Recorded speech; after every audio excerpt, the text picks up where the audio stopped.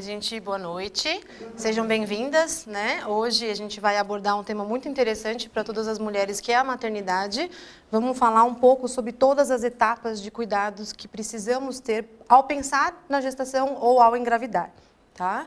Então, começando pela consulta pré-concepcional, muitas vezes deixamos de fazer esse tipo de avaliação. Não é incomum a gravidez ser uma surpresa, né, que pega a gente aí num momento que não estava realmente esperando a gestação.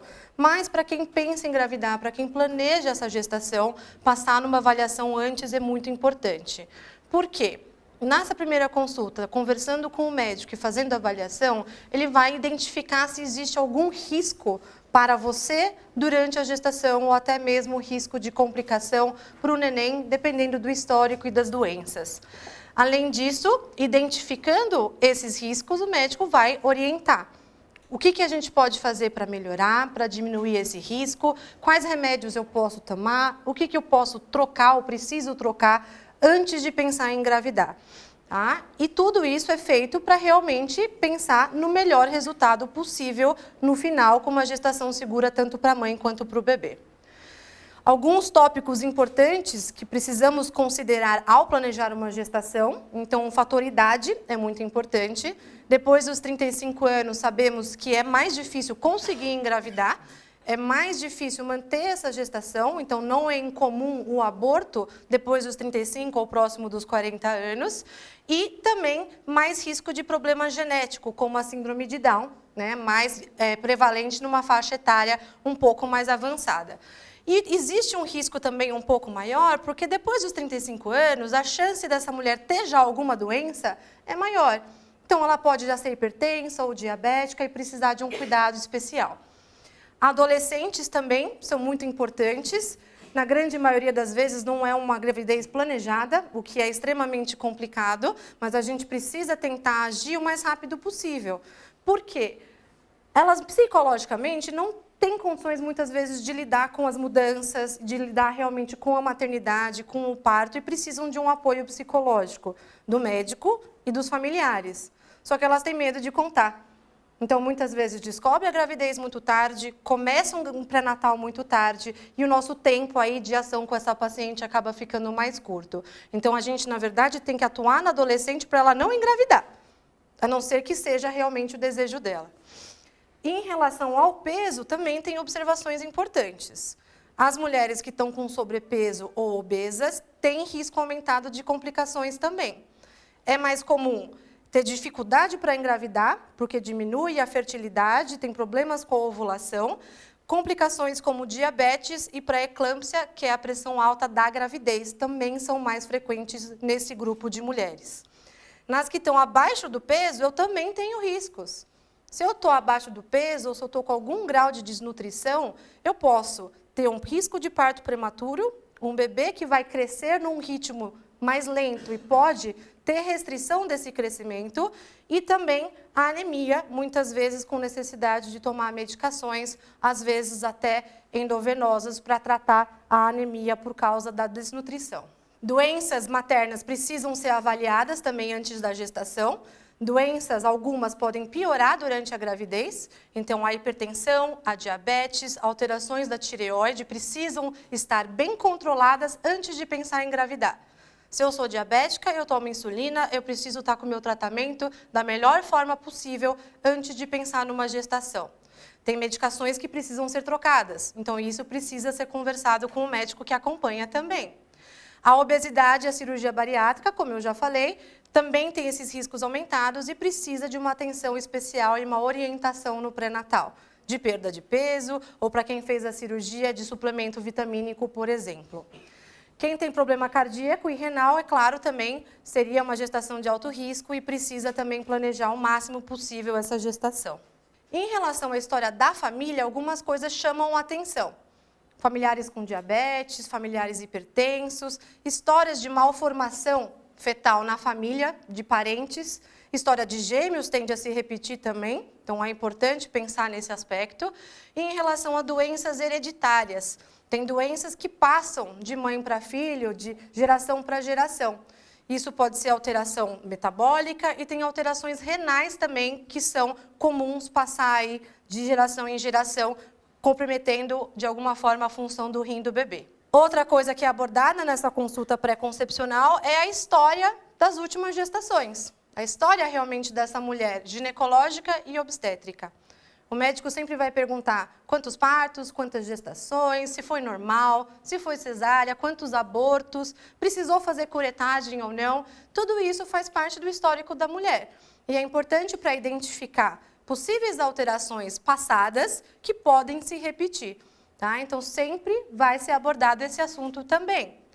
Tem algumas coisas que podem dificultar a gestação, gerando a infertilidade ou até mesmo ter um risco maior de complicação. Um antecedente que é muito importante é relacionado ao parto prematuro. Cada vez que eu tenho um parto prematuro, a minha chance na próxima gravidez é maior.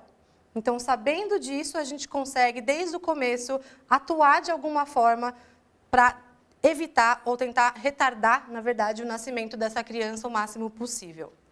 Outras coisas que precisamos sempre ter em mente é o uso de substâncias como o cigarro e o álcool. Todo mundo sabe que faz mal, na verdade, a gente não deveria fazer o uso dessas substâncias sempre, né? Não só na gestação, mas durante a gestação o tabagismo está relacionado a muitos riscos.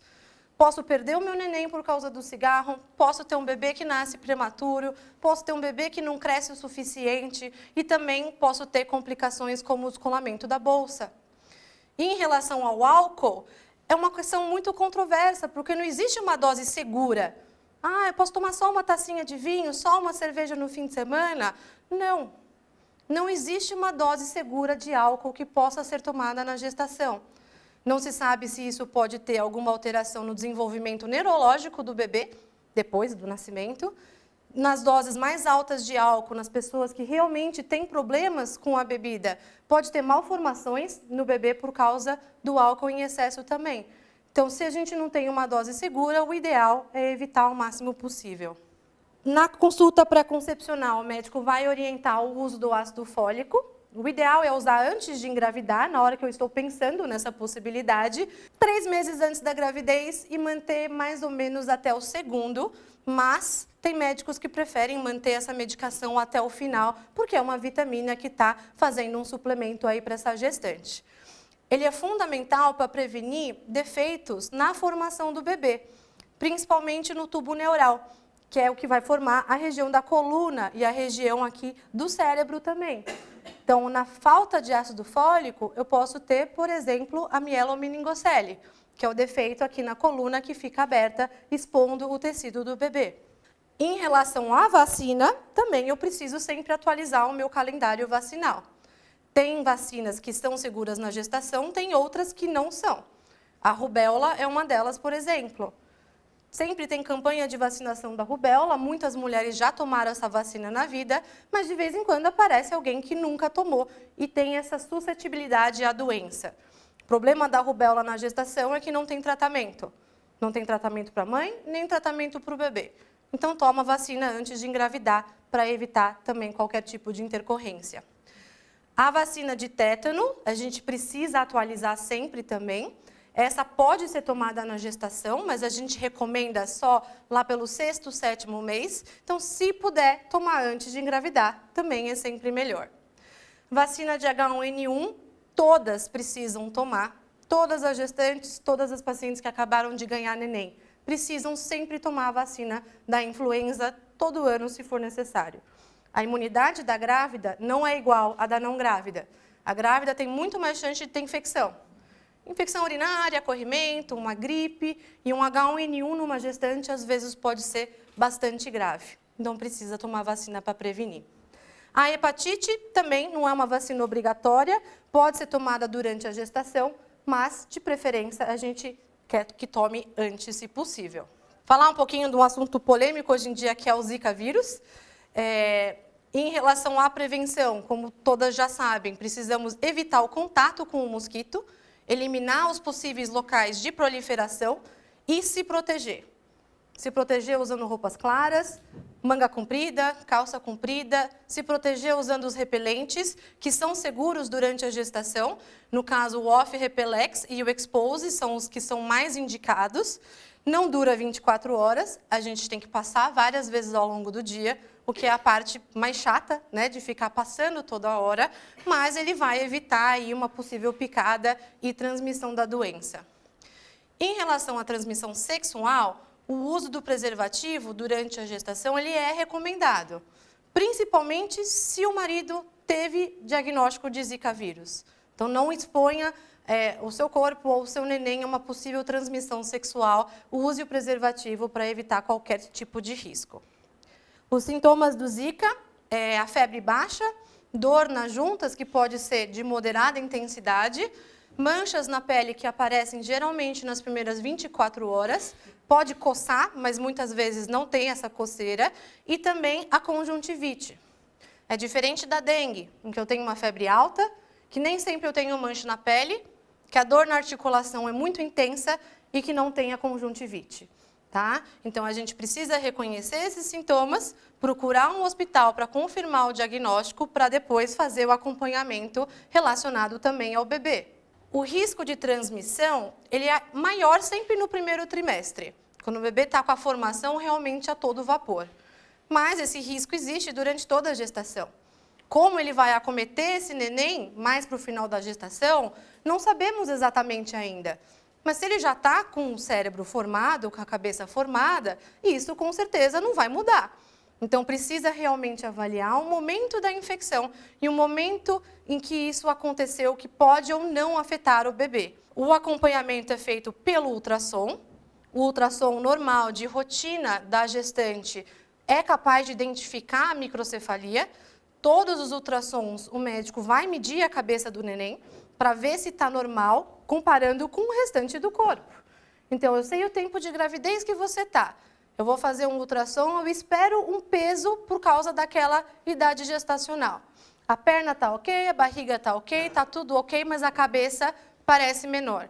Isso vai sinalizar para o médico uma possibilidade de microcefalia e o caso é considerado suspeito se a mãe teve contato ou o pai teve contato com a doença. Lembrando que a microcefalia ela vai causar alteração na formação do cérebro, pode ter comprometimento neurológico, motor e cognitivo. A gravidade desse comprometimento depende da fase em que a doença foi transmitida. Agora, falando do pré-natal mesmo, o objetivo do pré-natal é assegurar o nascimento de uma criança saudável, reduzindo tanto quanto possível os riscos para a mãe. Eu gosto muito dessa definição da OMS, que fala que a proteção à maternidade tem por objetivo salvaguardar a saúde das mulheres durante a gestação e o aleitamento, ensinar a elas os cuidados a serem dispensados às crianças, permitir o parto vaginal e dar à luz filho sadio.